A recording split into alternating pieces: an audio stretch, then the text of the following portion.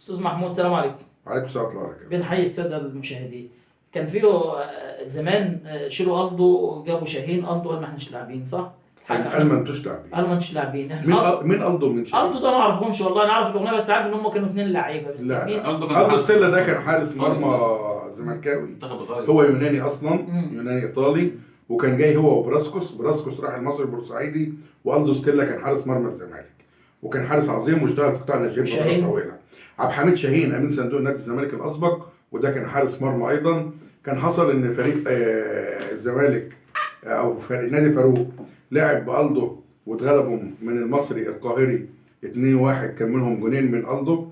الماتش اللي ورا منه نزل عبد الحميد شاهين، فعبد الحميد شاهين تسبب في هدفين برضه في تعادل 3-3 مع فريق الترام السكندري في كاس مصر، وتأجل الماتش، ما كانش فيه ضربات جزاء يتلعب بعد منها ب 24 ساعة.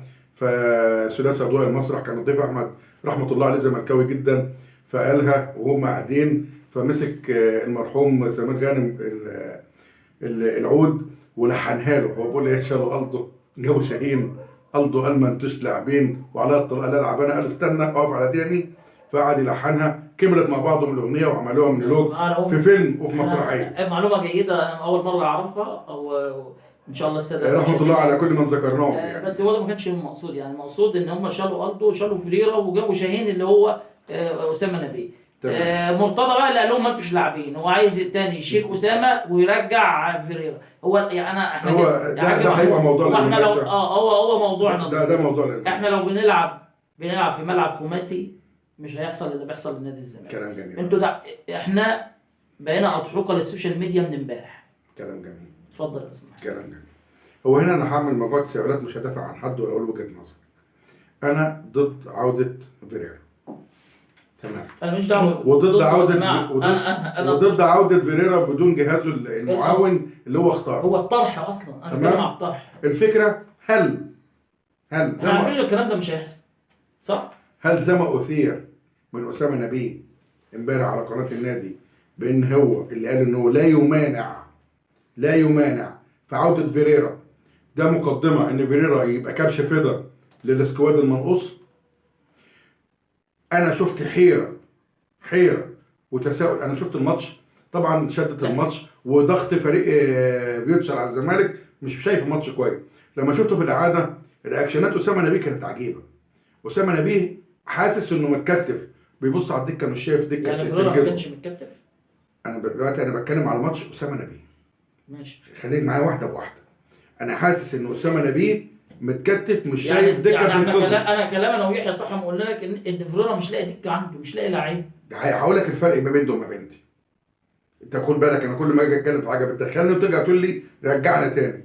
الفرق ما بين ده وما بين دي، القايمه دي بدات الموسم مع فيريرا، هو مسؤول اول واخر عنه. اسامه نبيه مفروض عليه، لكن بعد التشكيل اللي نزل امبارح مع عوده نضاي ووجود سامسون ومصطفى شلبي، سامسون مع موجود، يعني انا بزعل اول لما بتقول سامسون، والله العظيم. ما انا هو هيمشي ولا مش هيمشي؟ طلبت منك تحط لي سكريبت. هو مش فرقه راضيه تاخده. لا الاسماعيلي عايزه، عميد عايزه. مين يا عم؟ مين ايه؟ لا هو واقع. هو واقع. قاعد الاسماعيلي هياخد ناشئين. طلبت منك سكريبت بالكلام اللي انا هقوله، بس انت دايما بتقول لي اتكلم. ما انت بتقول سامسون. الفكره كان في فيلم زمان، انت اكيد برضه راجل، كان في كان اسمها شكار، كل ما يقولوا لها بابا تقول انت اللي قتلت بابا. يبقى انت اللي قتلت بابا. انا بقى كل ما اجيب سيره سامسون انا بتخانق. عموما الزمالك هو مين اللي جاب سامسون؟ الزمالك امبارح ما كانش ناقصه غير الونش.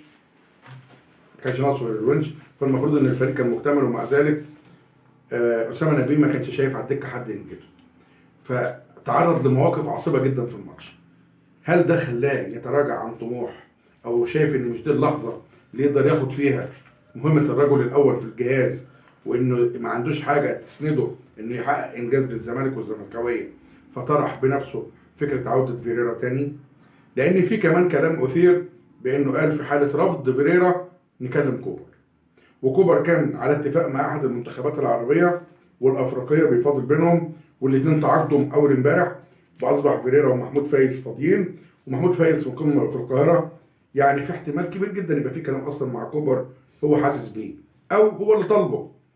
انا راجل طموحي في الزمالك مش هيمشي مع الناس اللي موجوده دي، مش هقدر اعمل معاهم حاجه، فبنط من المركب ولا بغامر.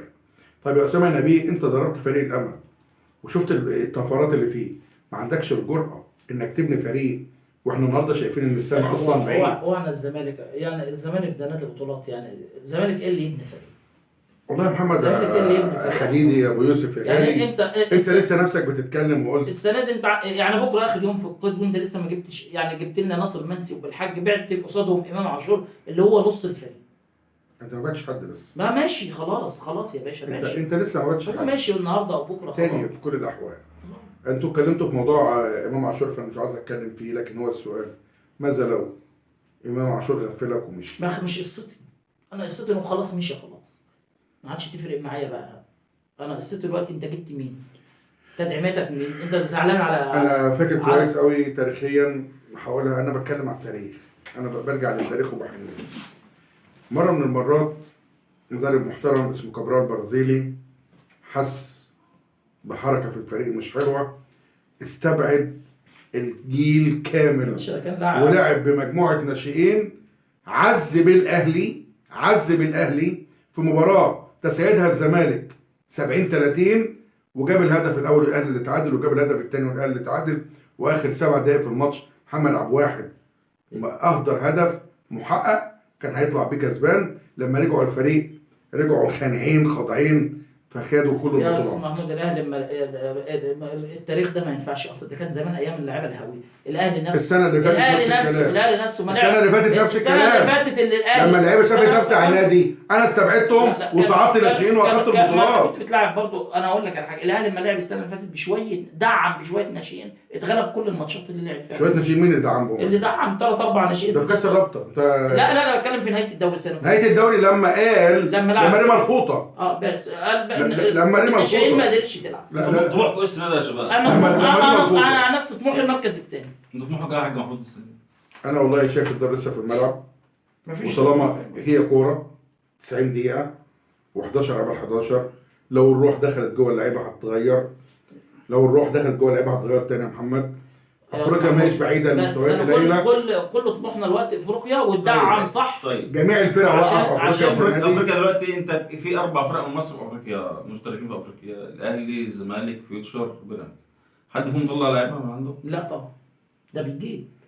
طب هو مش ده مش علامه استفهام؟ بيراميدز الحديث الوليد مش ده علامه استفهام؟ ده احنا اللي بنطلع. لا فيوتشر الحديث اللي بقى في معلومه ولاد من جوه جوه ده عمر ده الاهلي خسر. احنا بعد موضوع امام عاشور بعتنا تاني لفيوتشر عشان نشتري محمد رضا بوب وعرضنا 60 مليون جنيه وفيوتشر رفض. يا عم ده رفضوا يدوا عمر كمان للاهلي، والعلاقات اتقطعت دلوقتي مع الاهلي بسبب ان هم مش راضيين يبيعوا. فيوتشر ما بيعش حاجه ب 100 مليون، ما بيعش ولا للاهلي ولا انت للاهلي ولا الاتحاد. هي فرقه عايزه تنافس، فرقه اتولدت تنافس، بيراميدز اتولد ينافس.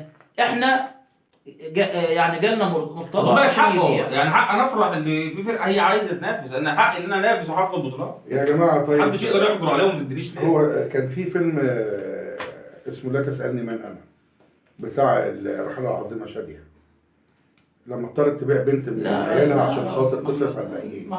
ما هو الفشل. اذا كنت انتوا نفسكم بتقتنعوا وبتقنعوا الناس بان الزمالك في ازمه ماليه، هو اللي بيقول. هو مين اللي بيقول؟ هو مش عايز يقول حتى ان هو عنده ازمه ماليه، ده هو بيقنع نفسه ان هو عنده فلوس. ما هو يقول انا عندي ازمه ماليه، ناس هتتفاوض معاه ازاي؟ هيطلع في التلفزيون يقول انا عندي ازمه ماليه، لان دي هتتفاوض معاه ازاي؟ يا باشا هو ما بتفاوضش. انا بقول لك دلوقتي لا هو يقول انا ازمه ماليه عشان جمهوره يقف معاه، خلاص انا ما معيش فلوس. معاش نجيب ما عنديش. هات لي طلع لي ناشئين بقى. او في حاجه ثانيه، هو يطلع يقول معيش فلوس فانا ببيع امام عاشور عشان ادخل فلوس، بس ان احنا ممكن نتقبلها بقى. احنا نتقبل ما تعملش عنده. هو دلوقتي مش شغال عشانك، هو شغال على الفريق اللي بيتفاوض معاه. انا داخل على نادي بقول له يا محمد انا رايح دلوقتي بشتري ناصر منسي من البنك الاهلي، بقول له اخد منك ده ب 20 مليون. هو البنك الاهلي يا سيد الفاضل، هو البنك الاهلي بعيد عنك، ما هو عارف انت معاك ايه وما معكش. خليه يكمل كلامه اتفضل. ده انت فلوسك يا معالي الباشا. انا بقول لك مثلا، لا انا ما عنديش حاجه في البنك الاهلي، ده بقول لك مثلا بس ده كله بنك مصر. ماشي تمام. انا اللي داخل اقول لك ادينا الصفقه دي ب 20 مليون. هو لسه من دقيقتين كنت بقول انا مفلس. حلو. هدوا لك ليه؟ مش هيدوا لي. طب خلينا نتكلم بقى كان احنا من اسامي الاهلي والزمالك. انا رايح اشتري البيت بتاع حاج محمود وانا جايب معاه زفه حسب الله بتزف المعلم محمد ابو يحيى معاه ملياردير، جاي تاني يا عم بشتري البيت، فين فلوسك يا عم محمد؟ مفيش. لا هطلع شيك وتنظيف في ثقه. مفيش بقى المعلم بالزنقه ورجع يشتكي ساعات الصيد عارف ان اللي هو بيقول لك الثقه ده، عارف ان صفقه ناصر منسي اتاجلت 24 ساعه بسبب الشيكات، بسبب الشيكات. يعني كل واحد عارف، يعني انا عارف في جيب عشان نختم انا عارف في جيب الحاج محمود معاكم البوابه السوداء، يعني معاكم البوابه الانديه مش هتعرف الزمالك اللي ما بتشوفش خير، الانديه مش هتعرف الزمالك فيها فلوس حتى الختم مش عاوز نختم. لا اختم اسمع، لان احنا اصلا احنا خد بالك لما مرتضى مشى كان احنا بنقول لي يرجع عشان مرتضى على السريع. سيدنا النبي عليه الصلاه والسلام قال بشروا ولا تنفروا، بشروا ولا تنفروا. احنا ورا الكيان بنختلف مع الاشخاص. قلنا امير سيء السنه دي، قلنا مرتضى مش في احسن احواله، قلنا النادي ناقصه كتير، قلنا في مشاكل موجوده في كل مكان، لكن لسه عندنا ثقه في اللعيبه، ولسه عندنا ثقه في الجهاز الفني ايا ما يكون، ولسه عندنا ثقه ان مرتضى يرجع تاني ويحسن من ادائه ويدخل دخول مختلف. مضينا حق العيال لسه ما خدناش منها فلوس. معلش النهارده بس جاي لنا بكره فلوس، احنا عارفين الكلام ده كويس قوي. مفيش لعيب هيلعب بالغصب. انا مع سياسه اللعيب اللي عاوز يمشي يمشي. انا مع سياسه اللعيب اللي عاوز يمشي يمشي. انا عاوز اللعيب اللي جاي عاوز يدي.